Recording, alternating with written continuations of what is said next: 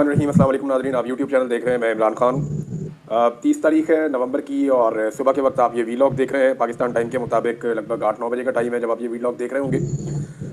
इमरान खान साहब के बारे में मैंने पिछले वीलॉग में आपसे कहा था कुछ खदशात हैं जिनका मैं इजहार करूँगा, मैं आपको बताऊँगा। पाकिस्तान तहरीक इंसाफ के कुछ लोगों ने रब्ता किया है और कुछ ऐसे लोग हैं जो सिस्टम के अंदर उठते बैठते हैं। उन्होंने कहा कि जी 2 चीज़ों का खदशा है। अच्छा, इसको कंफर्म नहीं किया जा सकता खबर को, लेकिन हालात वाक़यात ये बता रहे हैं कि ये सिस्टम कुछ भी कर सकता है। वजह यह है कि अगर स्ट्रेट बुलेट चलाई जा सकती है, डायरेक्ट गोली मारी जा सकती है, तो कुछ भी किया जा सकता है। अब जो मैं इमरान खान साहब के खदशात पे बाद में आता हूँ, लेकिन मैं आपको ये बता दूं कि जो अब मनाज़र और वीडियो सामने आ रही हैं वक्त गुजरने के साथ साथ, वो दिल दहला देने वाली हैं। जिस तरह अस्पताल के फर्श के ऊपर पड़े हुए हैं लोग, जिस तरह वहाँ पे साइडों पे यानी बेड मौजूद नहीं थे और इतनी बड़ी तादाद में जख्मी पहुँचे थे जिनको बुलेट इंजरी थी, यानी उन्हें रियल बुलेट्स लगी हुई थी, गोलियां लगी हुई थी। और ये लोग जो वहाँ पहुँचे अस्पताल में, इनकी गोलियां डॉक्टर ने निकाली हैं, सर्जरीज की हैं, डॉक्टर ने बाकायदा इंटरव्यू करके बताया है। अब ये जो अब मनाजिर आ रहे हैं वक्त गुजरने के साथ साथ, जैसे जैसे लोग अपने मोबाइल के अंदर वीडियोस निकाल रहे हैं, वैसे वैसे जो है वो सूरत हाल कितनी गंभीर थी उसका अंदाजा हो रहा है। पूरी दुनिया में इसके लिए आवाज़ उठ रही है। बरतानिया की पार्लियामेंट में इसके लिए आवाज़ उठी है। बरतानवी वज़ीर ख़ारजा का इसके ऊपर बड़ा कंसर्न और उनका एक स्टेटमेंट भी आया जो पाकिस्तान में हुआ, स्पेशली जो सहाफ़ियों को अगवा किया जा रहा है, मुतीउल्लाह जान को और शाकिर इवान साहब को। ये बड़ा अफसोसनाक वाक़या है। यानी वहाँ बरतानिया में भी इस पर आवाज़ उठी, ऑस्ट्रेलिया में भी इस पर आवाज़ उठी, अमेरिका में भी इस पर आवाज़ उठ रही है और गायबाना नमाज़ जनाजा अमेरिका के मुख्तलिफ शहरों में और बरतानिया में भी आज के दिन के लिए अनाउंसमेंट किया गया है और मुख्तलिफ ममालिक में गायबाना नमाज़ जनाजा पाकिस्तानी शोहदा की अदा की जा रही है। इमरान खान साहब के हवाले से जो 2 शुबहात हैं, नंबर 1, उनसे मुलाकात नहीं करने दी जा रही। कुछ लोगों का ये मानना है कि इमरान खान साहब को जेल से कहीं गायब किया गया है या इमरान खान साहब को किसी मखसूस हिस्से में ले जाया गया है और वहाँ पे उनके ऊपर सख्ती की जा रही है या उनको परेशान किया जा रहा है। एक तो नैरेटिव ये है और लोग ये कह रहे हैं कि अब कोई अनाउंसमेंट शायद ऐसी आ सकती है कि इमरान खान साहब का ट्रायल कहीं पे मिलिट्री ट्रायल होगा या कोई और चीज़ होगी। देखिए, इन चीज़ों को चैलेंज किया जा सकता था सुप्रीम कोर्ट ऑफ पाकिस्तान में, लेकिन अब आप चैलेंज कैसे करेंगे?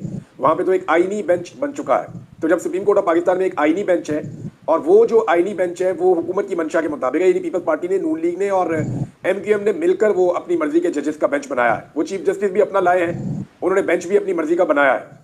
तो वहाँ पे कैसे मुमकिन है कि इमरान खान साहब को इंसाफ मिले?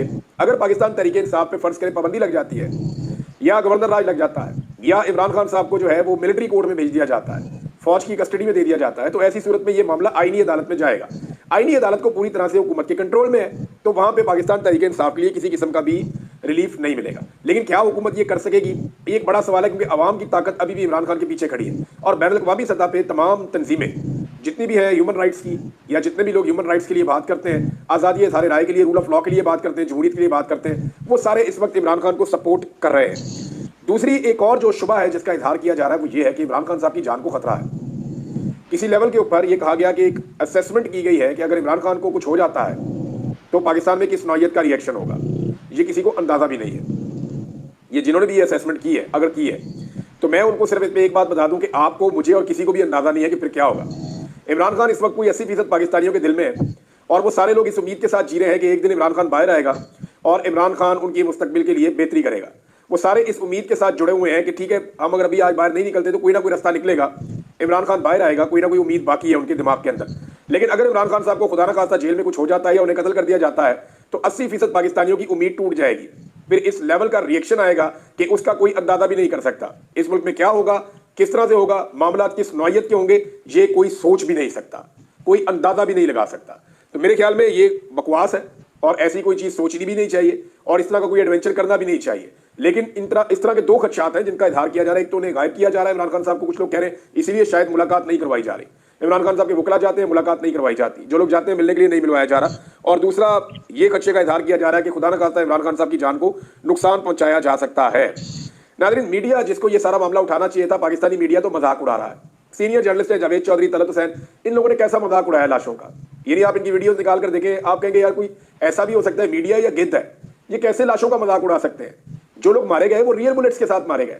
अब तो ऐसी भी एक वीडियो आई है, एक आदमी वीडियो बना रहा था और वीडियो बनाते बनाते अचानक उसके चेहरे के तासुरात बदल गए और वो शदीद तकलीफ में आ गया। उसने कहा जी मुझे गोली लग गई है। उसके बाद दूसरा इंटरव्यू उस आदमी का अस्पताल में से, वो उसमें बता रहा है कि जनाब 6-7 लाशें हैं। वो ये भी बता रहा है कि जी यहाँ पे हमारे बहुत सारे जख्मी हैं और वो ये भी बता रहा है कि मुझे गोली लगी है। और उसके बाद उसने एक्सरे उठाकर दिखाया कि ये देखें मेरे जिस्म में गोली मौजूद है और वो गोली दिखाई दे रही थी। अब मैं आपको ये बताता हूँ कि ये जो गोली नजर आ रही थी उस एक्सरे के अंदर, वो गोली कोई पिस्तौल की गोली नहीं है, वो कोई रबर बुलेट नहीं है। मैं गोलियों को पहचानता हूँ, मैं शिकारी हूँ, मैं शिकार खेलता हूँ और मैं हंटिंग लॉन्ग रेंज भी करता हूँ। तो मैं गोली को पहचानता हूं, वो एसएमजी की गोली है, यानी या तो वो स्नाइपर की गोली है या वो राइफल की गोली है। एक्चुअली वो किसी पिस्तौल की या किसी शॉटगन की गोली नहीं है, वो एक्चुअली राइफल की गोली है जो चलाई गई है और एक मुजाहरा करने वाले शख्स को वो लगी है और बहुत सारे लोगों को लगी है। डॉक्टर्स कह रहे हैं हमने इतनी सर्जरीज कभी अपनी जिंदगी में नहीं की जितनी हमने उस रात में की है। अभी तक सूरत हाल यह है कि अस्पताल के बाहर रेंजर्स वाले तैनात हैं। सवाल यह पैदा होता है कि पाकिस्तान तरीके इंसाफ के एहतजाज करने वाले चले गए। सवाल यह पैदा होता है कि वहां पे अब कोई मौजूद भी नहीं है। सवाल यह पैदा होता है कि इस अस्पताल के बाहर कभी भी ऐसा नहीं हुआ, दहशतगर्दी के वाकयात के बाद भी अस्पतालों के बाहर इस तरह से रेंजर्स को, पुलिस को तैनात नहीं किया गया, लेकिन यहां पर रेंजर्स को तैनात किया गया अस्पताल के बाहर। ये सवाल इंटरनेशनल मीडिया उठा रहा है कि ऐसा क्यों करना पड़ रहा है, जबकि डॉक्टर्स ऑफ द रिकॉर्ड ये बता रहे हैं कि हमारे पास से यहां से रिकॉर्ड हुकूमत ले गई है, हमें लोगों का पोस्टमार्टम भी नहीं करने दिया गया। जिन लोगों की लाशें वापस की गई हैं उनके लवाहिकीन से लिखवा के वापस की गई है कि आप कोई कानूनी कार्रवाई नहीं करेंगे, आपका बंदा जो है वो एक्सीडेंट के अंदर मारा गया है। वहां पे शफीक लुंड साहब की जो नमाज जनाजा हुई जनूबी पंजाब में, उसके अंदर हजारों लोगों ने शिरकत की है। जहां जहां पे नमाज जनाजा हो रही है, लोग बड़ी तादाद में नमाज जनाजा में शिरकत कर रहे हैं। पाकिस्तान तहरीक इंसाफ ने अब तक 12 अपने जो शहादतें हैं उनको कंफर्म किया है, बाकायदा तस्वीर देके, बाकायदा उनके नाम और उनके इलाकों के नाम बताकर, और उनकी वहां पे नमाज जनाजा भी हुई है और तमाम नमाज जनाजा के अंदर पाकिस्तान तहरीक इंसाफ की मकामी क़यादत शामिल हुई है। और वहां के लोग जानते हैं कि ये शख्स डी चौक में एहतजाज के लिए गया था, अब इसकी लाश वापस आई है। हुकूमत जितना मर्जी झूठ बोल ले, लेकिन ये सच अब छुपा नहीं रह सकता। ये पूरी दुनिया को पता चल गया है कि इस्लामाबाद में उस रात क्या हुआ। मीडिया के सवाल जो अभी पूछे जा रहे हैं मीडिया पे, वो बहुत अजीब है। यानी मीडिया पूछ रहा है कि जनाब आप एहतजाज करने डी चौक क्यों गए? ये क्या सवाल हुआ? भाई कोई भी जा सकता है एहतजाज करने के लिए। और आपकी पार्टी के अंदर इख्तिलाफ क्या हो रहा है, यानी कोई जाना चाहता कोई नहीं जाना चाहता, तो एक्चुअली ऑर्डर किसका था? फिर ये फैसला किसका था डी चौक जाने का? ये सवाल मीडिया पूछ के टाइम जाया कर रहा है, विक्टिम ब्लेमिंग कर रहा है। वो ये कह रहा है कि ना ये डी चौक जाते ना इन्हें गोली लगती। और भाई डी चौक कोई पहली दफा नहीं आया, ये क्या कोई नो गो एरिया हो गया? वो पुरअमन एहतजाज करने आ रहे थे, आप उन्हें गिरफ्तार कर लेते। गोली मारने का इख्तियार किसने दिया? पूरी दुनिया के किसी कानून में निहत्थे लोगों को गोली नहीं मारी जा सकती। हत्ता कि अगर किसी शख्स के पास हथियार है उसको भी गोली आप नहीं मार सकते जब तक कि वो आपके ऊपर गोली ना चलाए। किसी एक भी सरकारी आदमी को गोली नहीं लगी, या किसी एक भी जगह से ये रिपोर्ट नहीं हुआ मीडिया के जरिए से कि पीटीआई के लोगों के पास हथियार थे या वो हथियारों का इस्तेमाल कर रहे थे। जिसके हाथ में हथियार होता है उसको भी गोली नहीं मारी जा सकती, उसको वार्न किया जाता है, उसको गिरफ्तार किया जाता है। अगर वो गोली चलाए तो फिर उसके ऊपर गोली चलाई जाती है। ये इंटरनेशनली एक सेट पैटर्न है। लेकिन अब मीडिया के सवाल तो ये होने चाहिए थे कि जनाब गोली क्यों चलाई? सवाल तो ये होने चाहिए थे कि एहतजाज का पुरअमन हक जो है वो क्यों नहीं दिया गया? एहतजाज यानी सवाल तो ये होने चाहिए थे ना कि जनाब आप ये पूछते हैं कि गोली किसके हुक्म पर चली और गोली क्यों चली। ये है बड़ा सवाल जिसका जवाब कोई देना नहीं चाहता। अब कुछ नाम सामने आना शुरू हो गए हैं जो लापता हैं, लेकिन बहुत सारे लोगों के बारे में मालूम नहीं है। तारीख में कभी इतने बड़े पैमाने पर एक एहतजाज में से गिरफ्तारियां नहीं हुई। 4000 से ज्यादा लोगों का रिमांड ले लिया गया है। दहशतगर्दी के मुकदमात लोगों के ऊपर दर्ज किए गए हैं। अस्पतालों से और मुख्तलिफ जगहों से जो मजीद वीडियोस आ रही हैं वो परेशान कर देने वाली है। आलमी मीडिया ने बहुत सारी चीजें क्लियर कर दी हैं। पाकिस्तानी मीडिया की सूरत हाल मैंने आपको बता दी है, और तहरीक इंसाफ की क़यादत की ये सूरत हाल है कि ये इस्लामाबाद में कुछ लोग मौजूद हैं लेकिन अस्पताल जाने से कतरा रहे हैं। तहरीक इंसाफ की लीडरशिप को अस्पताल जाना चाहिए, डॉक्टर से मिलना चाहिए, वहां अगर कोई मरीज मौजूद है तो उनसे मिलना चाहिए। और जब तहरीक इंसाफ की लीडरशिप जाएगी अस्पताल में तो लाजमन उनके साथ इंटरनेशनल और नेशनल मीडिया भी जाएगा।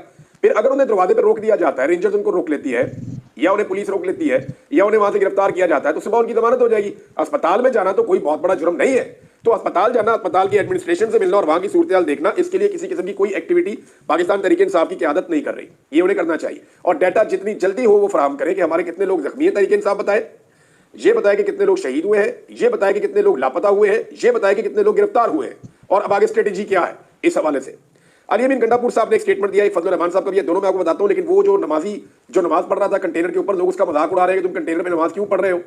तो मैं आपको एक वाकया सुनाता हूँ। ये साबिर शाकिर साहब ने पिछले दिनों ट्रैवल किया था एक शहर से दूसरे शहर, वो ट्रेन में जा रहे थे बरतानिया में, तो उन्होंने एक वाकया लिखा। उन्होंने कहा जी कि आखिरी स्टेशन पर पहुंचने से 2 किलोमीटर पहले ट्रेन रुक गई और फिर वक्फे से ऐलान होना शुरू हो गया कि ट्रैक खाली नहीं है। तो जब नीचे उतर कर देखा तो एक आदमी अकेला एक पोस्टर पकड़ के ट्रैक के ऊपर बैठा हुआ था और वो ट्रैक खाली नहीं कर रहा था। फिर पुलिस एहलकार भी वहां पे मौजूद थे, सारे उसको मुनाते रहे, किसी ने उसको हाथ नहीं लगाया। मुज़ाकरात के नतीजे में 90 मिनट के बाद, 1.5 घंटे के बाद वो शख्स उठा और उसने ट्रैक खाली कर दिया और मुसाफिर को कुचला नहीं गया। यहाँ पे लोग कह रहे हैं कि वो कंटेनर के ऊपर नमाज क्यों पढ़ रहा था। और भाई नीचे आंसू गैस की शेलिंग थी, वो 35 फुट ऊपर गया, वहां जरा माहौल बेहतर था, उसने वहां नमाज नहीं थी, कंटेनर खाली थे। जब कंटेनर खाली थे उसने नमाज नहीं थी। उसके बाद जो है वो रेंजर्स वाले आ गए ड्यूरिंग उसकी नमाज, और जब रेंजर्स वाले आए तो उसके बाद बजाय इसके वो इंतजार करते कि नमाज पढ़ ले इसको, उसके बाद हम कहेंगे नीचे उतर भाई या इसको गिरफ्तार कर लेंगे, उसको धकेल के नीचे फेंक दिया। अब ये जो शख्स है इसका नाम है ताहिर अब्बास तारड़। इसके बाजू टूट गए हैं दोनों जी, इसको फ्रैक्चर हुए, इसको और चोटें भी लगी हैं। ये मंडी बाउद्दीन की तहसील फालिया से इसका ताल्लुक है। और चौधरी इम्तियाज साहब जो है, हाजी इम्तियाज चौधरी, जिन्होंने पंजाब में सबसे ज्यादा वोट लिए हैं, जिन्हें अगवा भी किया गया था, जिनकी फैमिली को बहुत परेशान किया गया, उनकी बुजुर्ग वालदा की वीडियो भी आप देखते रहे हैं इनके घरों को भी तोड़ा गया है। तो ये हाजी इम्तियाज चौधरी साहब का कारकुन है, उनके इलाके का है ये, ताहिर अब्बास तारड़ उर्फ बाबा। और इसको जनाब इसके भाई की एक वीडियो आई है, इसके भाई का नाम है नवीद। अब नवीद जो है वो ताहिर का भाई है। नवीद ये स्टेटमेंट दे रहा है कि मेरा भाई और मेरे घर के दीगर लोग, उन्हें अगवा कर लिया गया है, उन्हें उठा लिया गया है, उनका कुछ अता पता नहीं है, उनसे रब्ता नहीं हो रहा। और उसकी वजह यह है कि ये जो वीडियो है नमाज पढ़ते हुए एक शहरी को ऊपर से नीचे फेंकने की, इसने बहुत इंपैक्ट क्रिएट किया है और इसने बड़ी परेशानी पैदा कर दी है लॉ इन्फोर्समेंट के लिए। तो इसलिए इसको अगवा किया गया है ताकि इसका कोई स्टेटमेंट ना ले सके और ये मामला यहीं पे दब जाए। लेकिन मामला यहाँ कहाँ दबेगा, इसके अंदर उलमा को रद्द-ए-अमल देना चाहिए, उन्हें बताना चाहिए कि क्या नमाज पढ़ते हुए एक शख्स के साथ इस तरह का सलूक करना ये जायज़ है। मैं उम्मीद करता हूँ ताहिर अशरफी से कि वो बहुत बड़े आलिम दीन कहलाते हैं, तो वो ये कहें और बताएं कि एक नमाज पढ़ते हुए शख्स को इस तरह धक्का देकर ऊपर से नीचे फेंक देना, वो इसको जायज़ करार देते हैं। इस्लामी नजरियाती कौंसिल इसके ऊपर क्या मौक़िफ़ लेती है और मुफ्ती तकी उस्मानी साहब इसके बारे में क्या फरमाते हैं। नाज़रीन, ये जो कुछ भी हुआ इसकी असल कहानी क्या है, जरा इसको थोड़ा सा मैं आपको आज बिल्कुल सिंपल एक्सप्लेन कर देता हूँ। हुआ ये कि 2.5 साल पहले साजिश के जरिए इमरान खान साहब की हुकूमत गिरा दी गई। लोगों को बहुत गुस्सा आया, लोगों ने उस पर रद्द-ए-अमल दिया। फिर बड़ा लंबा अरसा इलेक्शन ही नहीं करवाए गए जानबूझकर, यानी जो ऐसी हुकूमत बनाई गई जो जाली हुकूमत थी, उसके बाद निगरान हुकूमतें आई तो फिर इलेक्शन ही नहीं करवा रहे थे। लोग भरते गए बहुत परेशान हो गए। फिर ये हुआ कि पाकिस्तान तहरीक इंसाफ के हाथ पांव बांध कर, उनसे इंतखाबी निशान छीन कर, उनके सारे बंदे उठाकर, यानी हर तरह का जो है वो जबर करके इलेक्शन करवाए गए और पाकिस्तान तहरीक इंसाफ ने क्लीन स्वीप कर दिया पूरे इलेक्शन में। इसके बावजूद फिर जाली फार्म 47 के ऊपर उनका मैंडेट छीन लिया गया। अब लोग अपना मैंडेट लेने के लिए वापस आए। लोगों ने तमाम दरवाजे खटखटाए, अदालतों में गए, हर जगह पे गए, ट्रिब्यूनल तब्दील कर दिए गए, रिटायर्ड जज लगा दिए गए, अदालत को ही बदल दिया गया, तमाम हथकंडे अपनाए गए। लेकिन इसके बावजूद जो हुकूमत आकर बैठी उसने डिलीवर भी नहीं किया। पाकिस्तान की माईशत पूरी तरह तबाह हो चुकी, पाकिस्तान के अंदर महंगाई अपने उरूज पर है। अब इन सारी चीजों को आप प्लस माइनस करें तो लोग गए खसारे में। अब वो लोग एहतजाज करने के लिए आते हैं और उन पर गोलियां चला दी जाती हैं। अब ये जो जुल्म और तशद्दुद पाकिस्तान में हो रहा है, ये गुज़िश्ता तकरीबन 2.5 साल से हो रहा है और 2.5 साल से अब तक पाकिस्तानियों ने सुख का सांस नहीं लिया। यहाँ अगवा बराए बयान होते हैं, यहाँ तशद्दुद किया जाता है, लाशें गिरती हैं, औरतों को और बच्चों को गिरफ्तार किया जाता है, लोगों को लापता किया जाता है, जबरी गुमशुदगियां होती हैं। एक मार्शल लॉ जैसी सूरत हाल है पाकिस्तान में। अप्रैल 2022 से लेकर अब तक लगभग 2.25 साल होने वाले, 2.5 साल से ऊपर हो गए हैं। चादर और चार दीवारी का तकद्दुस पामाल किया गया। पाकिस्तान की तारीख में सबसे ज्यादा गिरफ्तारियां जो सियासी नौयत की हुई हैं वो इस दौर में हुई हैं। ये है जी सिंपल कहानी। ये सारी एपिसोड इसी के गिर्द घूम रही है कि इमरान खान को नहीं आने देना, हमने इमरान खान को नहीं आने देना, दुनिया इधर से उधर हो जाए। और अब तो डर दुगना हो गया। वजह यह है कि पहले तो इमरान खान साहब के पास एक शहीद था ना, वो उसका हर जगह नाम लेते थे, वो हर जगह कहते थे कि मेरा शहीद, वो हर जगह पे नाम लेते थे। जिले शाह की ज्यादती हुई बहुत हमारे साथ। अब तो उनके कई लोगों को शहीद कर दिया गया है और अब तो इमरान खान का ये लोग सामना नहीं कर पाएंगे। और इमरान खान साहब किसी किस्म का कंप्रोमाइज करने के लिए फिलहाल अब तक तैयार नहीं है। गंडापुर साहब ने वफाकी हुकूमत के साथ जो है वो और फौज को, वफाकी हुकूमत को और इदारों को मुखातिब किया है अपनी असेंबली में खड़े होकर। उन्होंने कहा गवर्नर राज लगाना है तो लगा दो, इसके बाद तुम हमारे सूबे में नहीं रह सकोगे। ऐसा नहीं है, वो सूबे में ही रहेंगे और गवर्नर राज अगर वो लगाना चाहेंगे तो वो लगा भी देंगे। लेकिन इसका फायदा अली अमीन गंडापुर साहब को होगा, इमरान खान साहब को और पाकिस्तान तहरीक इंसाफ को होगा। उनकी मकबूलियत में इजाफा होगा। गो कि उनके पास जो एक सूबे में हुकूमत है वो उनकी चली जाएगी। लेकिन इसके बावजूद वैसे भी वहां पे उनकी हुकूमत किस नौयत की है, कोई काम तो वो खुद कर नहीं सकते, मजबूर है वहां पे। लेकिन एक हुकूमत के कुछ थोड़े बहुत फायदे होते हैं, वो फायदे भी चले जाएंगे। लेकिन इसका सियासी फायदा इमरान खान को और अली अमीन गंडापुर को होगा। और पाकिस्तान में सफोकेशन और पाकिस्तान में जो एक माहौल बना हुआ है ना, घबराहट का, एक बिल्कुल सफोकेट किया हुआ पूरे माहौल को, घुटन का एक माहौल बना हुआ है, वो घुटन पाकिस्तान में मजीद बढ़ जाएगी। अली अमीन गंडापुर ने खिताब करते हुए हुकूमत को धमकी दी कि इस वक्त से डरो जब हम ये कहेंगे कि हम भी गोली का जवाब गोली से देंगे। अगर तुमने फस्तायत जारी रखी तो फिर हम भी गोली का जवाब गोली से देने के लिए तैयार होकर आएंगे। फिर बताएंगे कि कौन भागता है। उन्होंने कहा पाकिस्तान में आइन की पासदारी का मकसद हासिल करके ही दम लेंगे। हमें इमरान खान की रिहाई चाहिए और जल्द से जल्द चाहिए।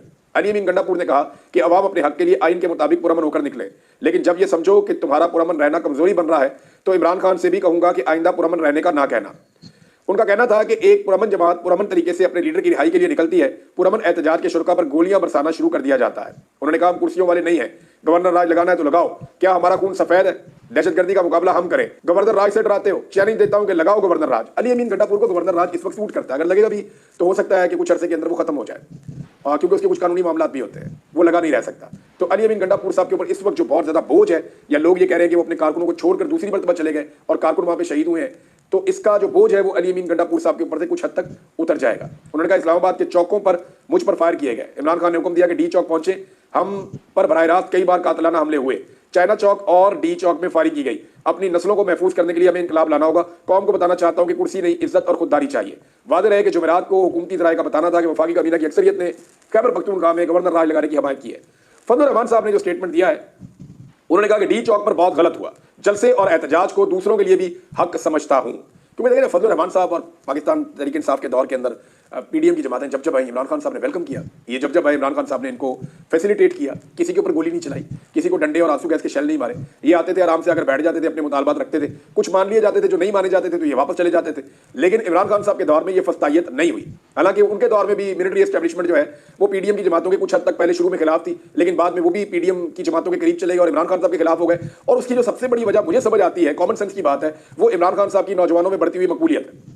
पाकिस्तान के अंदर जो है वो एक सेट पैटर्न है कि एस्टेब्लिशमेंट कभी भी किसी ऐसे सियासतदान को नहीं रहने देती जिसकी अवाम में मकबूलियत बढ़ जाए। अब शाकिर रहमान साहब के हवाले से नाज़रीन मैं आपको बताऊं कि उनका केस लगा लाहौर हाई कोर्ट में, लेकिन उनकी वालदा से धोखे से एक तहरीर ले ली गई है पुलिस की जानिब से और अपनी मर्जी की एफआईआर काटी जा रही है।